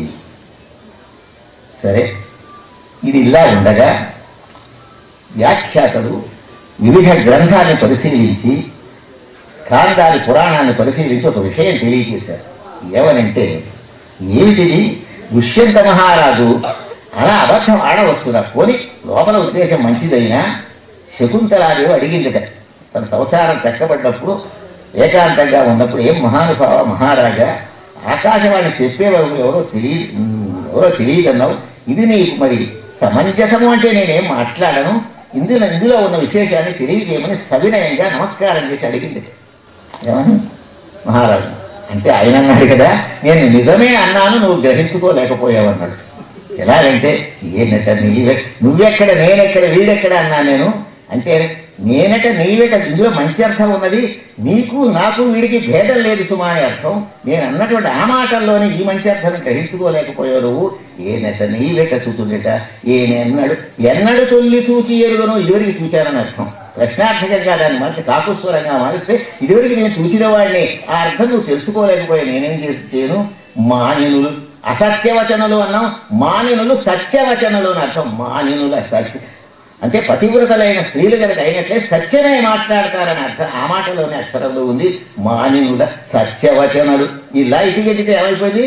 మానినుల సత్యవచనలు. ఇట్టుల సత్య భాషణ, ఇట్టుల అసత్య భాషణ కాదు, ఇట్టుల సత్య భాషణ ఉచితమే. ఆ లాయిటి దొరికితే సత్య భాషణం అని ఉన్న మాటే నేను అన్నాను. నీ మాటకి నేను అంగీకరించిన విషయం నువ్వు గ్రహించుకోలేకపోయావు. నీ యొక్క ఆవేదనలో ఇది సంగతి, నా ముఖత అబద్ధం రాలేదు అని మహారాజు శకుంతలకి సమాధానం చెప్పినట్టుగా గ్రంథాంతరాల్లో మనకి విషయం కనపడుతుంది. అదే పద్యంలో 2 రకాలుగా ఉందండి. ఏనట నీవేట సుతుడట, మన ముగ్గురికి భేదం లేదు. ఏనట నీవేట సుతుడట, ఏనే నడుతోల్లి చూచి ఎరుగను, నిన్ను ఎప్పుడు చూడలేదు నేను అంటే చూచానని అర్థం. మానినుల సత్యవచనులు నా ఇట్టుల సత్యభాషణంబు ఉచితంబే అని ఇలా సమాధానం చెప్పినట్టు ధీరోదాత్త నాయకుడు గనక, ధర్మాత్ముడు గనక, ఆకాశవాణిలాగా చెబుతున్న నమ్మకం ఉంది గనక అప్పుడు ఆకాశవాణి పలుకులు లేకుండా చెప్పుకుంటే అది ప్రజలకి అది సరైనటువంటి మార్గదర్శక విధానం కాదు గనక ఈ విధంగా అతను నటించినట్టుగా మనకి కథను అర్థం చేసుకోవాలి. దుష్యంతుడే బొమ్మనాడు అవహేళనగా మనం ధీరోదాత్త పాత్రమే అనకూడదు. చాలా ధర్మాత్ముడు, ఉత్తమోత్తముడు. అతని కారణంగా ఆవిర్భవించినటువంటి భరతుడున్నాడే చాలా ఉత్తమ గుణం. అతని పేరుడుగా భరత వంశం అని పేరు వచ్చినది. భరత వంశం. ఇప్పుడు శకుంతలా దుష్యంతుల కుమారుడు భరతుడు పరిపాలించిన కారణముగా భారతదేశం అని పేరు వచ్చినది అని నేను రిటైర్ అయిన తర్వాత ఎవరో వాచకంలో నాకు చూపించారు. శకుంతలా దుష్యంతులకు కుమారుడు కారణంగా భారతదేశం అని పేరు వచ్చినది. అది మాత్రం నిజం కాదు. ఋషభుని యొక్క కుమారుడు భరతుడు ఉన్నాడు. భాగవతంలో 5వ స్కంధంలో జడభద్రోపాఖ్యానంలో ఉంది. ఆ ఋషభుని యొక్క కుమారుడైనటువంటి భరతుడు పరిపాలించిన కారణంగా అజనాభం అని మన దేశానికి పేరున్నది. భారతదేశం అని పేరు చాలా పూర్వం నుంచి ఉంది. ఇతడు వంశకర్త మాత్రమే. ఇతని పేరుగా భారత వంశం అని పేరు వచ్చింది. ఎలా అయితే రఘుమహారాజు కారణంగా రఘువంశం అని పేరు వచ్చిందో, శకుంతలా దుష్యంతుల కుమారుడైన భరతుడు కారణంగా భరత వంశం అని పేరు వచ్చింది. భరత కుల ప్రసూతులరు భసుర శస్త్ర మహాస్త్ర విద్యలను కరము ప్రసిద్ధులై పరుగు గౌతము శిష్యులు ఇట్టి నీరు దుష్కరమున మూతిలోబడిన కాంచన వీట కొనంగనేరక ఉండుల మొగంపు చూచినవు చూండుట ఉపాయహీనత. భరత కుల ప్రసూతులరు రాబోయే రాజులకి కూడా భరత వంశములో పుట్టిన వారు. వంశానికి పేరు తెచ్చిన మహానుభావుడు. అక్కడ ఏం చేశాడు అంటే అక్కడ త్రివేణి సంగమంలో ఎన్నో యజ్ఞాలు చేశాడు, దాన ధర్మాలు చేశాడు. గోవుల్ని దానమిచ్చాడు, ఏనుగుల్ని దానమిచ్చాడు, గుర్రాన్ని దానమిచ్చాడు, బంగారం దానమిచ్చాడని శుద్ధ సువర్ణ గవాశ్వహస్తులన్, శుద్ధ సువర్ణ గజాశ్వహస్తులన్, మంచి శ్రేష్టమైన బంగారం సువర్ణం. గజ అంటే ఏనుగు, అశ్వం అంటే గుర్రం. ఏనుగులు గుర్రాన్ని వీటి ఇచ్చారన్నా అంటే హస్తి అంటే ఏనుగు కదా. ఇవన్నీ ఇస్తే ఎంత శిక్ష అండి. ఒక ఏనుగును మనకు ఎవరైనా ఇచ్చారనుకోండి ఎంత అవస్థ అవుతుంది. గుర్రాన్ని ఇస్తే మేపగలవా, ఏనుగుని ఇస్తే మేపగలవా, అంతకంటే శిక్ష కొట్టలేదు. నేను పాలపతి నాగేశ్వర శాస్త్రి గారు ఏమని రాశారంటే ఈ సందర్భంలో అలా ప్రకరణ ఉచితంగా మనం అర్థం చెప్పుకోవాలి.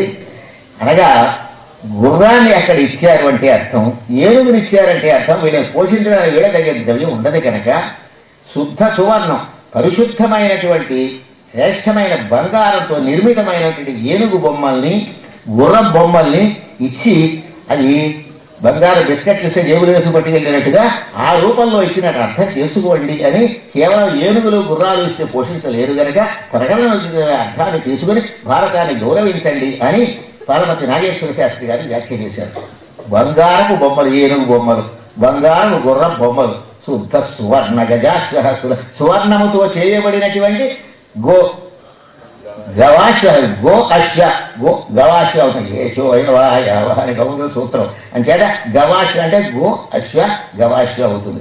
అందువల్ల గోవుల బొమ్మల్ని, అశ్వముల బొమ్మల్ని, ఏనుగుల బొమ్మల్ని ఇవన్నీ ఇచ్చాడు. వాడికి ఎన్ని కావాల్సి అన్ని ఇచ్చాడు కనుక ఆ బొమ్మల్ని పట్టినట్టు వాడికి ఆహారం పెట్టక్కర్లేదు కదా, ఏ ఆహారం పెట్టక్కర్లేదే శుభ్రంగా దాచుకోవచ్చు కదా. ఆ ప్రకారంగా ప్రకరణోచితమైనటువంటి అర్థాన్ని చెప్పుకోవలసింది అని పాలపర్తి నాగేశ్వర శాస్త్రి గారు ఈ ప్రకరణాలు వ్యాఖ్యానం రాస్తూ మనకి తెలియచేశారు. అది యుక్తియుక్తంగానే ఉంది.